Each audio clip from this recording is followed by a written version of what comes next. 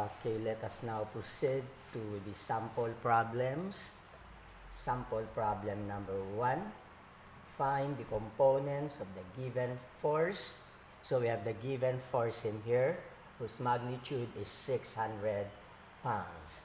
And the direction angles with respect to the positive reference axis. Okay, so this is now the figure. So the force F is directed from A to B. So first, let us try to determine the X, Y, and Z components. Okay, that is now your components, okay, of the position vector AB.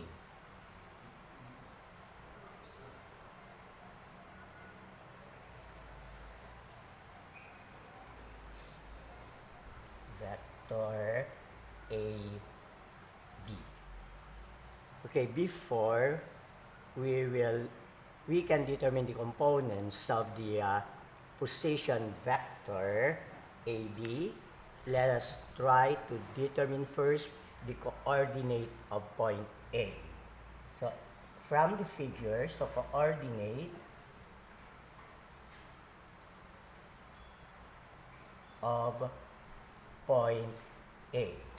So from the figure, this is the x-axis. So your x-coordinate in here is equal to 0. So the x-coordinate is equal to 0. So let's try to determine now the y and z coordinate. Now, if you try to look at this triangle in here, this is the triangle. So we now have, this is 3 feet, and then this one in here is 60 degrees. So we have the y coordinate, this is the y coordinate, and this one in here is the z coordinate. So that is your z coordinate. So your y in here is equal to -3, that is sine of 60 degrees. That is sine of 60 degrees. Now, why negative? Because this is to the left of the origin. And this is therefore equal to -2.598 minus 2.598 feet. Okay.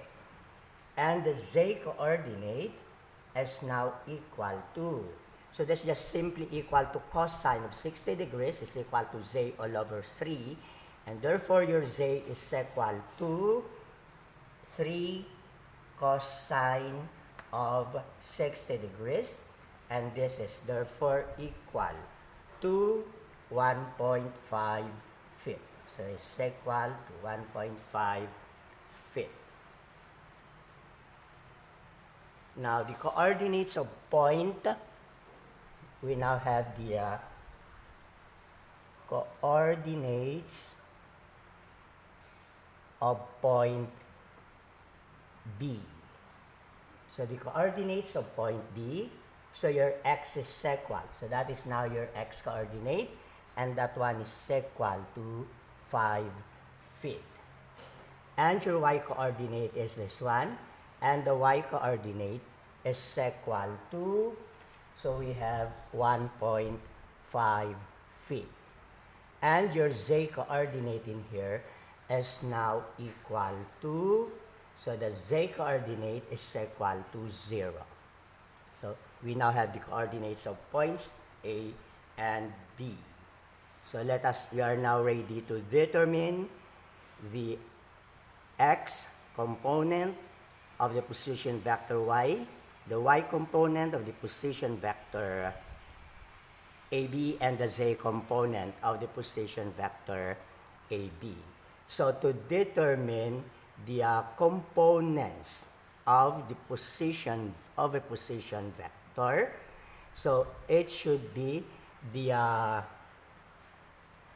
okay, so we now have the components. Therefore,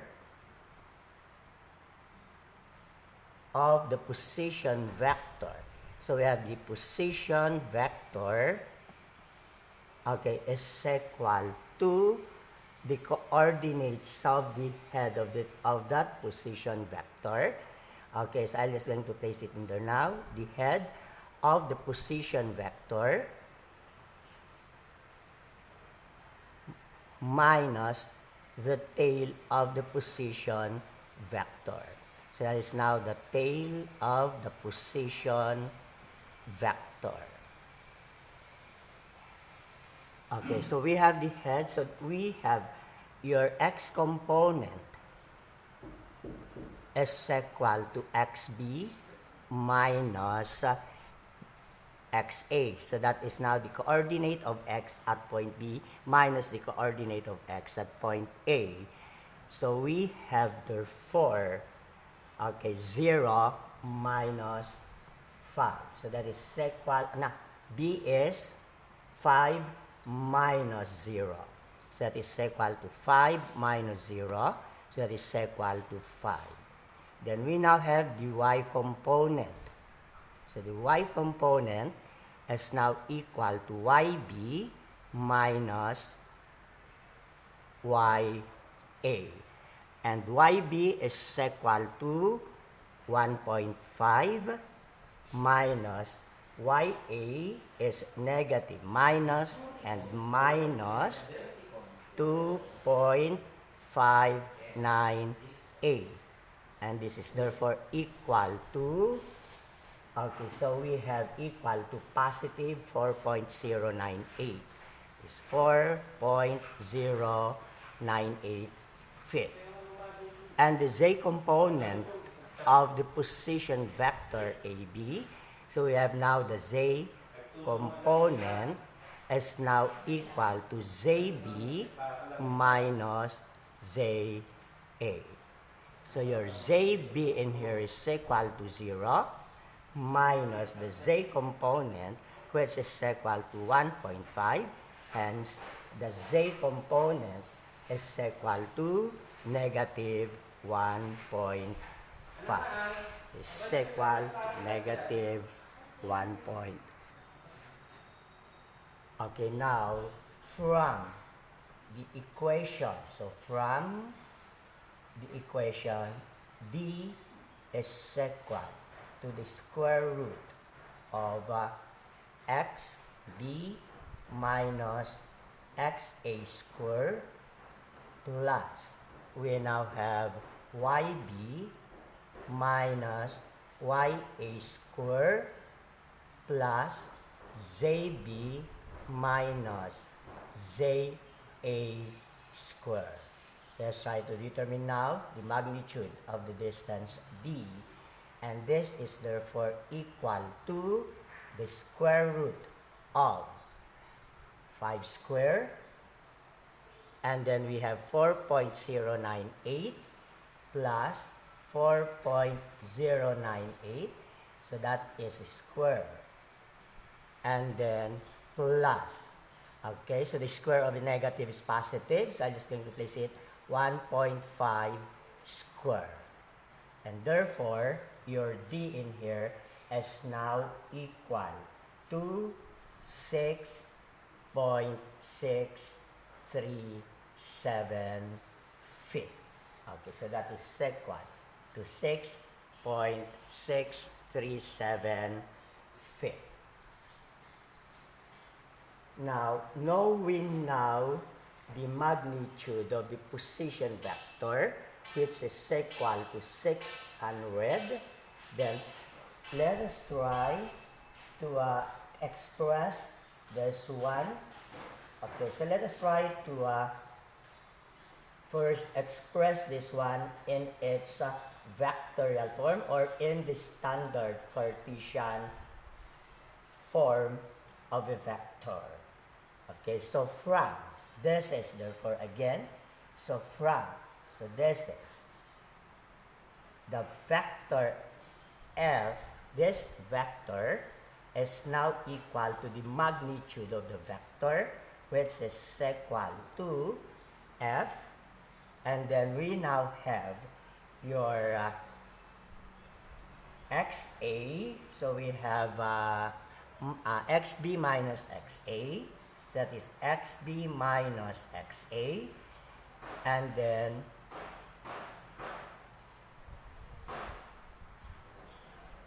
so we have to place it under now your I. Okay, so we have plus YB minus, so it is YB minus YA, and then that is now your J. Okay, multiply this one by a unit vector J, which is in the direction of the positive y-axis. And then we have plus, we have your ZB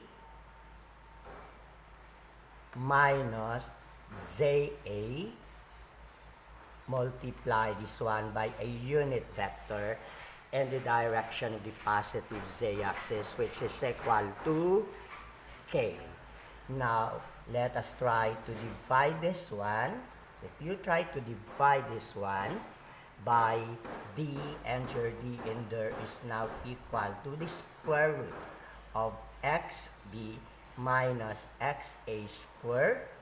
Okay, plus we have your YB minus YA squared plus ZB minus ZA squared. So if you try to simplify this one, let's try to simplify this one so that we will not be writing always in this manner. So the vector F is now equal to the magnitude of that vector. So the magnitude of that vector, multiply this one by. So your XB minus XA is now the X component. So that is now your X component. Okay, multiply this one by a unit vector I. Plus YB minus YA is the Y component. Multiply this one by a unit vector J. Plus ZB minus ZA is the Z component. So that is now Z, multiply this one by a unit vector K. Okay, so we now have all over.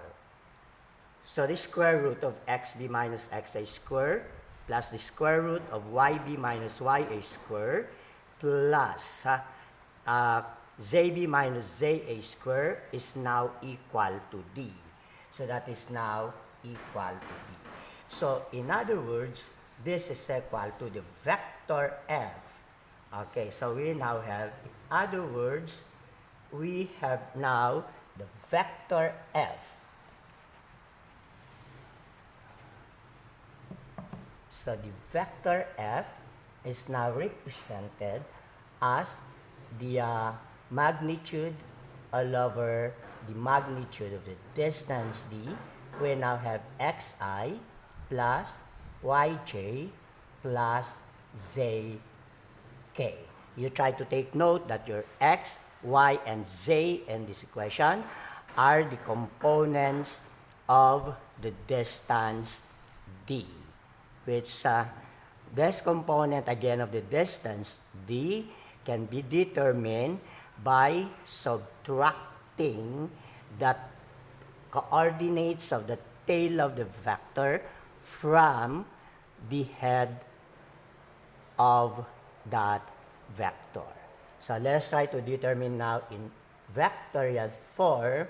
Okay, so your F in here is now equal to, so the magnitude of the position vector F directed from point A to point B is 600 pounds. So that is 600 pounds. Let's try to divide this one by D, and your D is 6.637 feet. So we now have your X component. So your X component is 5. So that is 5I.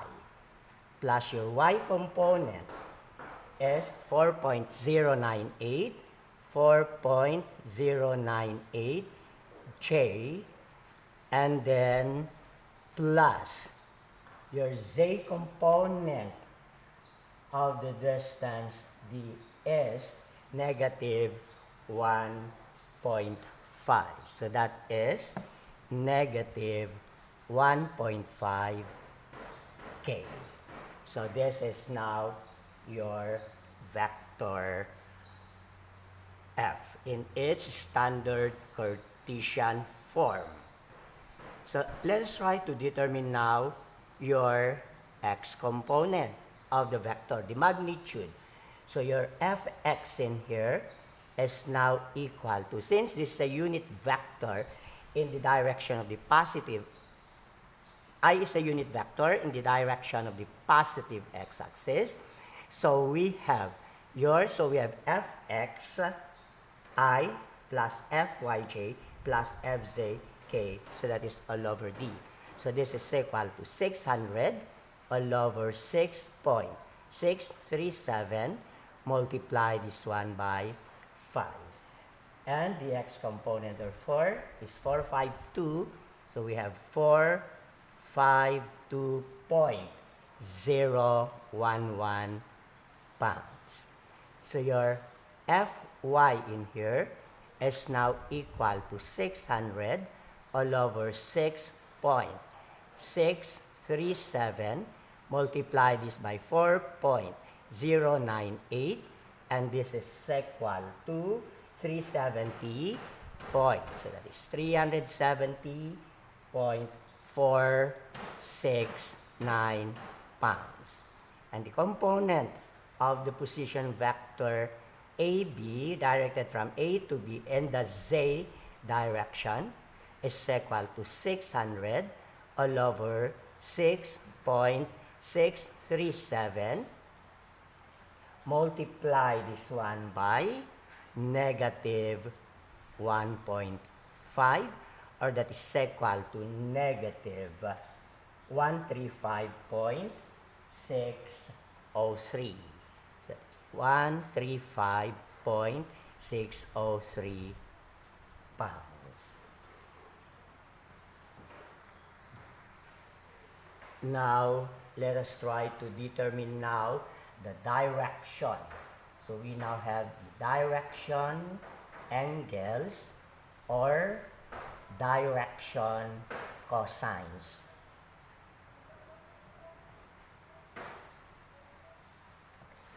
Okay, so the position vector having a magnitude from point A to point B, having a magnitude of 600 pounds, makes an angle theta x, which is equal to the arc cosine. So that is now the arc cosine of fx all over f. So this is therefore equal to, your fx is equal to 452.011 divide this one. We have, okay, so we have the arc cosine. So this is now the arc cosine of 452.011 all over 600. And this is therefore equal to 41.12 degrees.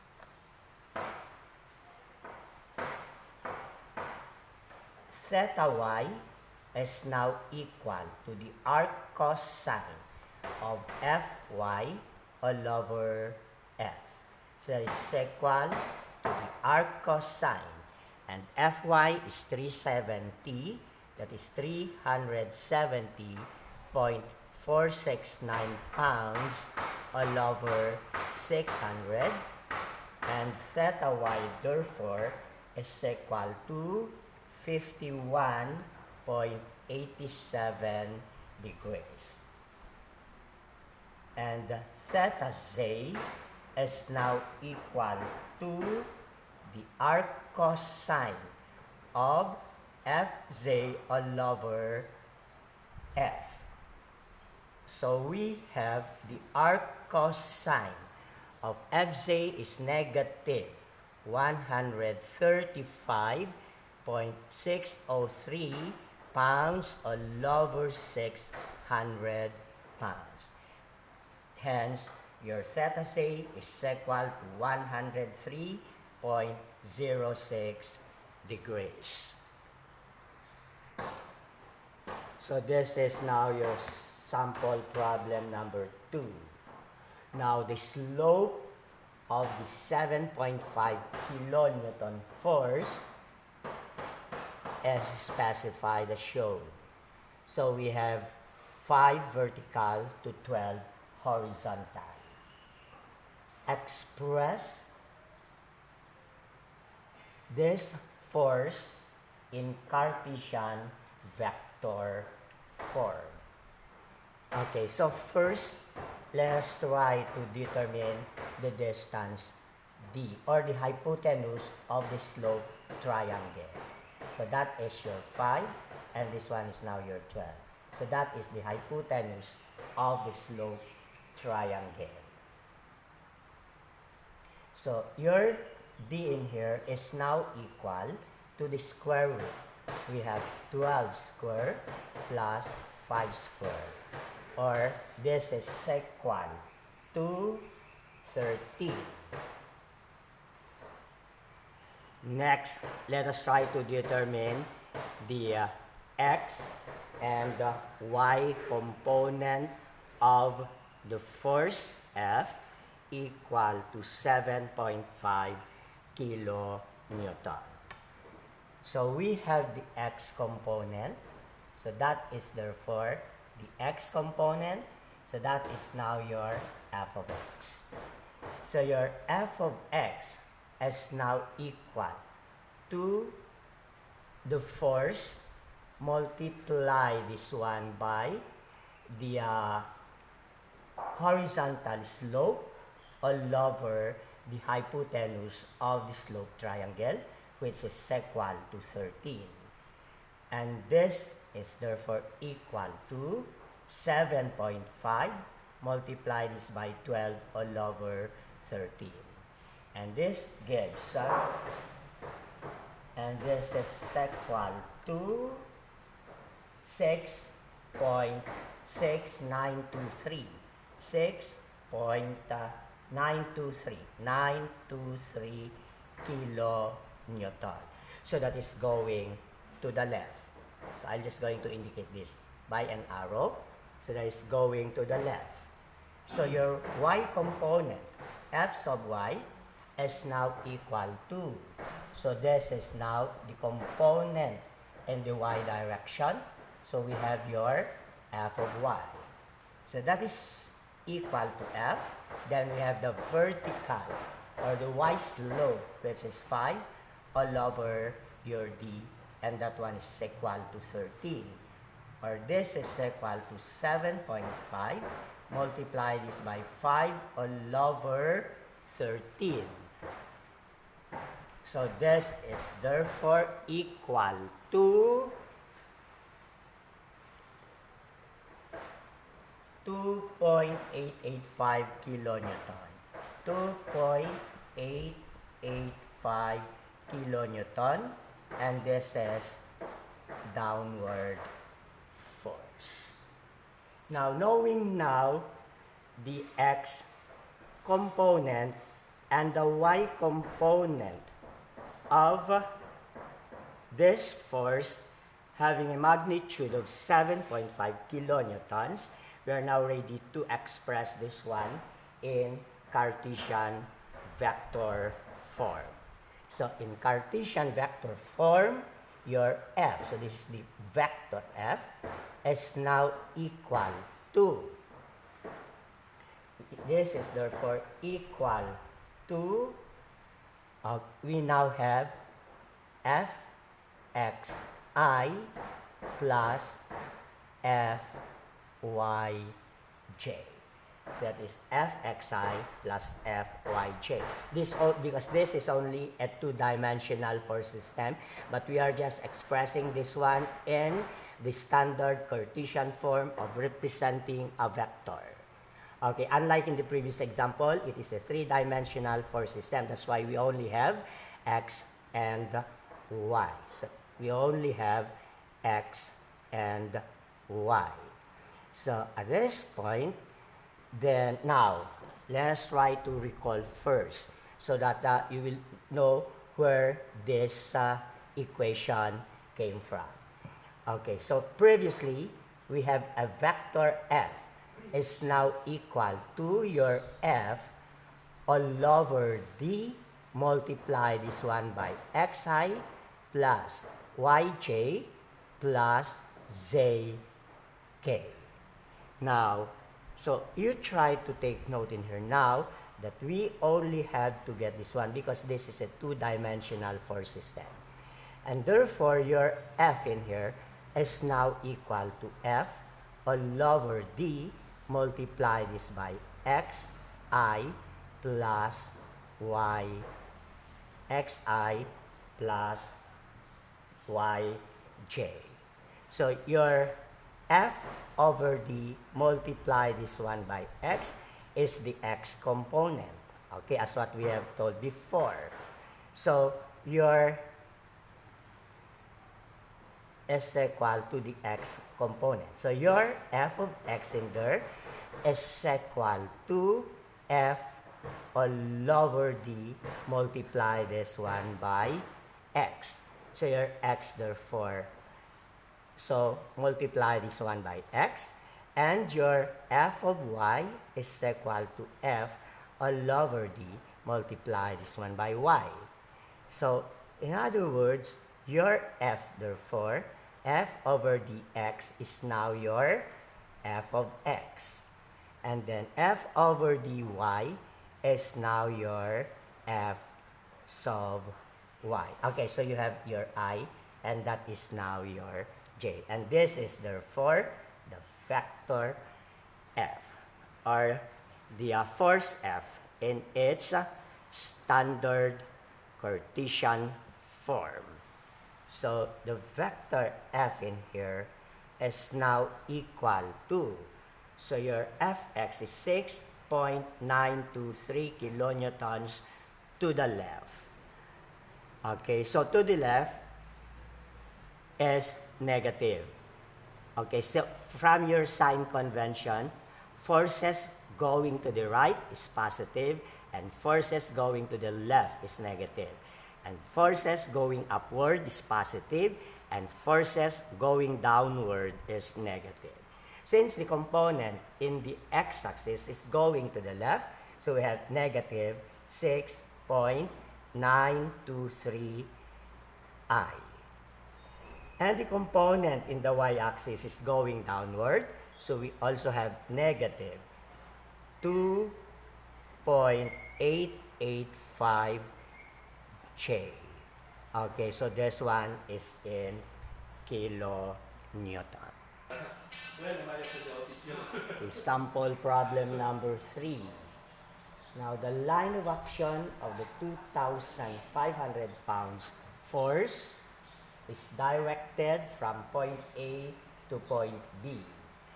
Determine the x and y components of the force and express it in Cartesian form. So we have the x, all coordinates in here are in meters. So you have x that is in meter, y is in meter. So the coordinate of point A is negative 7 and negative 2. Coordinates of point B is positive 8 and positive 6. So first, let us try to determine the position vector r. So how are we going to determine again the position vector r? So the position vector r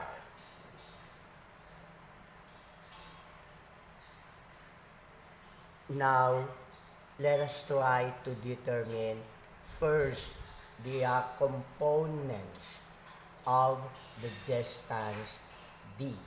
So we have your x component is equal to, so we have again head coordinates of the head of the vector to the tail of the vector minus the coordinates of the tail of the vector. So we have 8 minus and minus. 8 minus and minus 7. So that is equal to 15. And then we now have the y component of the position vector r is 6 minus and minus 2.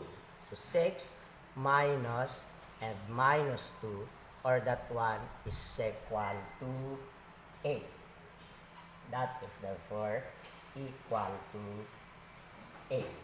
So the position vector r directed from A to B is now equal to, that is, xi plus yj.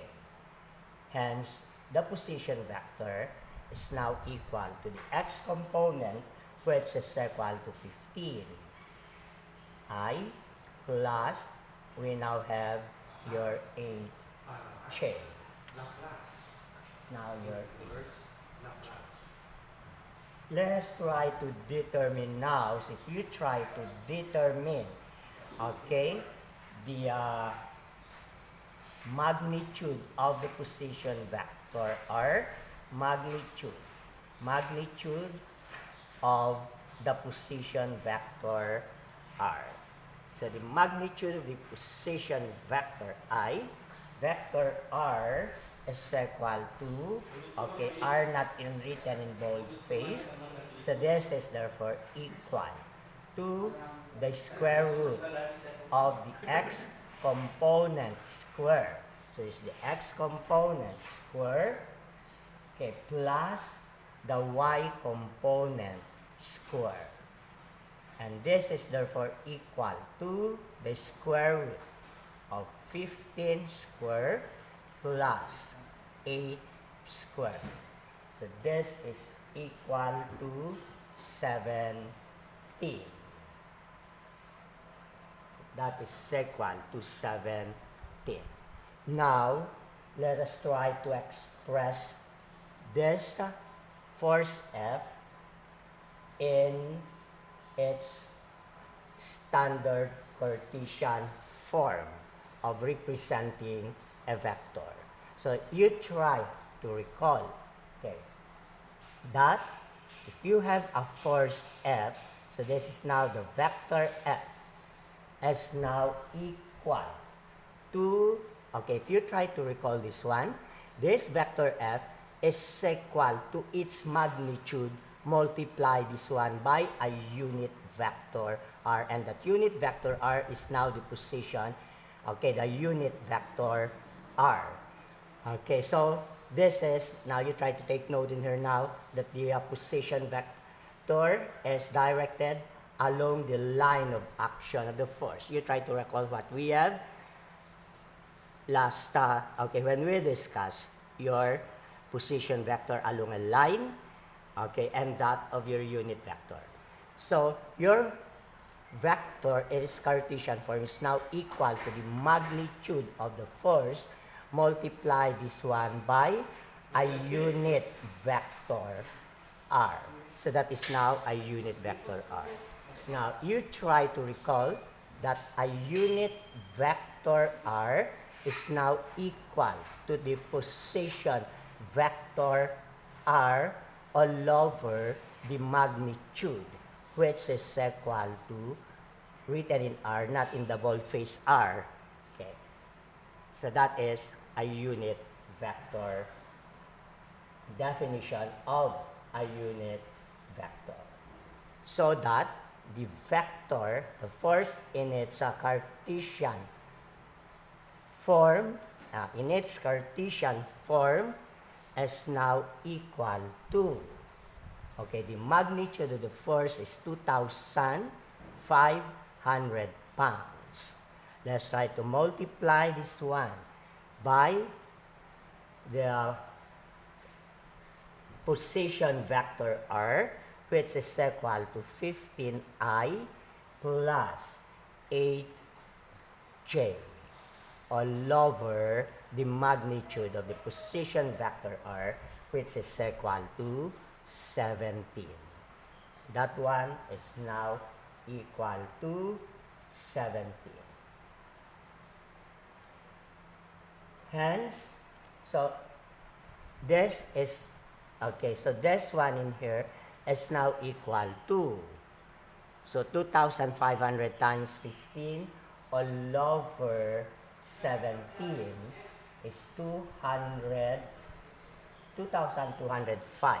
Okay, 2,205.882 I. So we have 2,500 times 8 over 17 is 1176.471. 0.471 J. Okay, so this is the standard Cartesian form of the force 2,000 having a magnitude of 2,500 pounds. So hence, we now have your x and y component. Again, you try to recall again that the vector f is now equal to fxi plus fyj. So fx therefore, which is now the component, is now equal to 2205.882 pounds. And your Fy is now equal to, so that is 1176.471 pounds. Sample problem number 4. Find the rectangular representation of the force F shown given that its magnitude is 750 newtons. So this is now the force F, and the magnitude of F is equal to 750 newtons. And determine the unit vector acting along its line of action. So the unit vector acting along its line of action. So first, let us try to determine the coordinates. Okay? Coordinates of point A. So the coordinates of point A, X, Y, and Z. So the coordinate of this is the x-axis, this is the y-axis, and that one is the z-axis. So the coordinate of point A in the x-axis is 4 meters.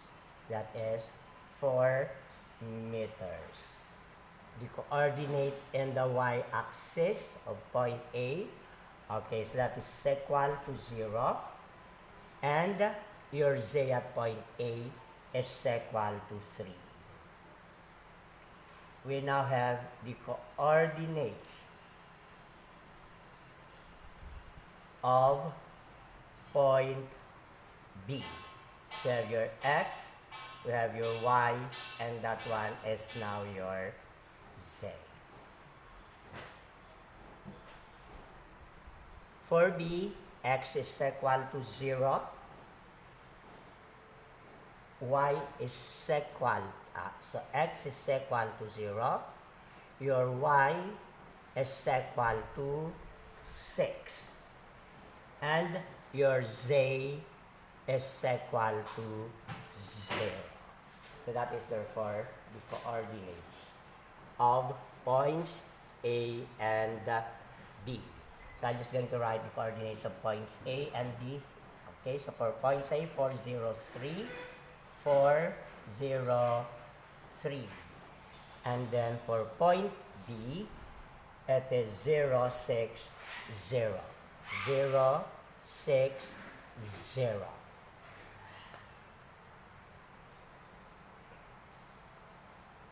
Now, let's try to determine now your x and y components. So let's try to determine your x and y component. Okay, so your x components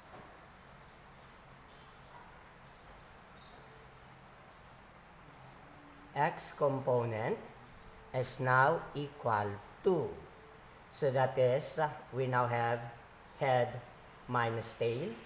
So we have 0 minus 4. So that is 0 minus 4. So that is negative 4. And then we now have your y component. So that is head again minus tail. 6 minus 0. 6 minus 0. So that is positive 6. And then your z component, we have head minus tail again. 0 minus 3. So 0 minus 3. And that is equal to a negative 3. Okay.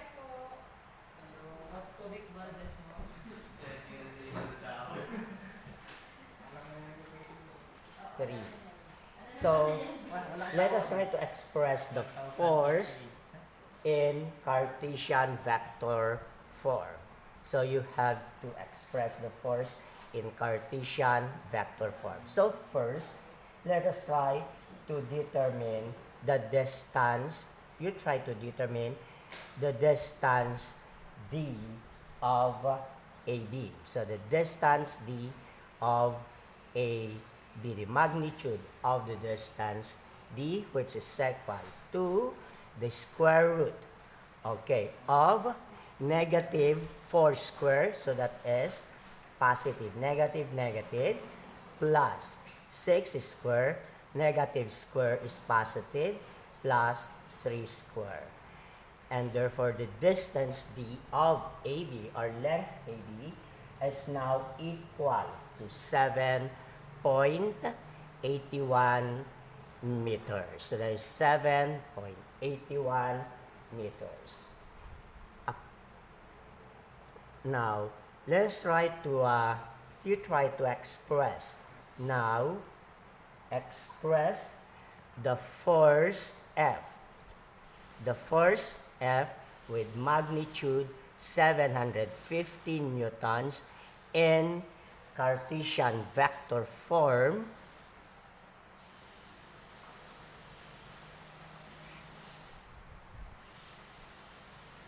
In Cartesian vector form.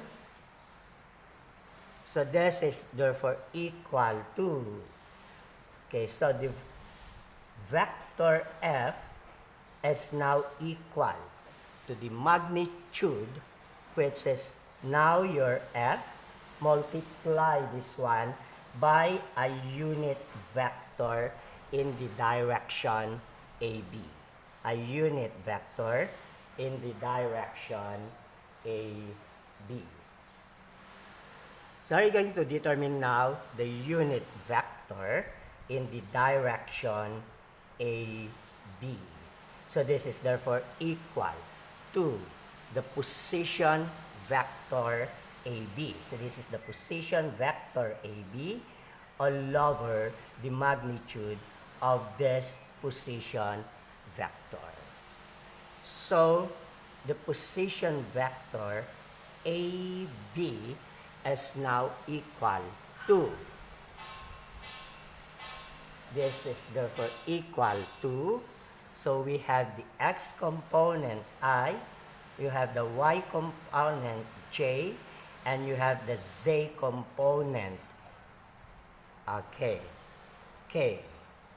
So this is equal to, so your x component is minus 4i plus you have 6j minus 3k. And your r in here is now equal to the square root of your x, which is 4 square plus, we have your 6 square plus 3 square. And this one is now equal to 7.81. So it's equal to 7.81.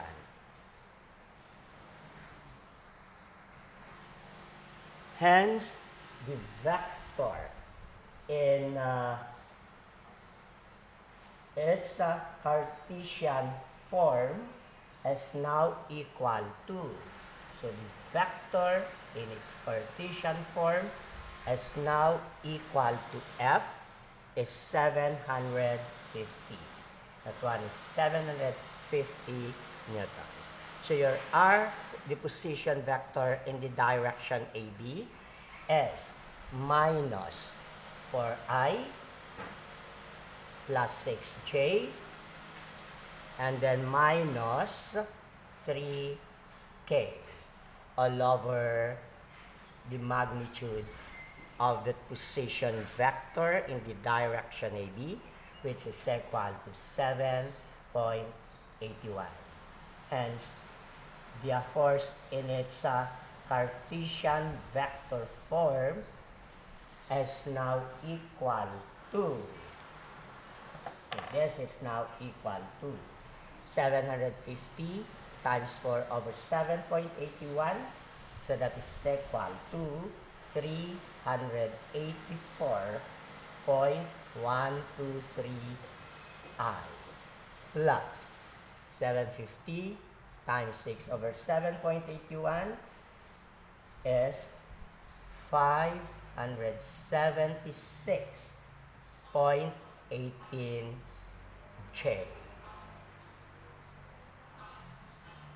And then 750 times 3 over 7.81, so that is minus, so we have minus 288.092k. So this is therefore the standard Cartesian form of the 750 Newton force. Determine the unit vector acting along its line of action. So if you try to recall that the unit vector acting along its line of action is now equal to, so we have your R AB all over the magnitude of R AB. So this is your RAB, okay, you go back. Your RAB in here is equal to minus 4i plus 6j minus 3k. And the magnitude of this, okay, the magnitude of this vector acting along its line of action is equal to 7.81. So it is equal to 7.81. Hence, the position vector along line AB is now equal to, so there is now the position vector along line AB is now equal to, okay, 4 over 7.81.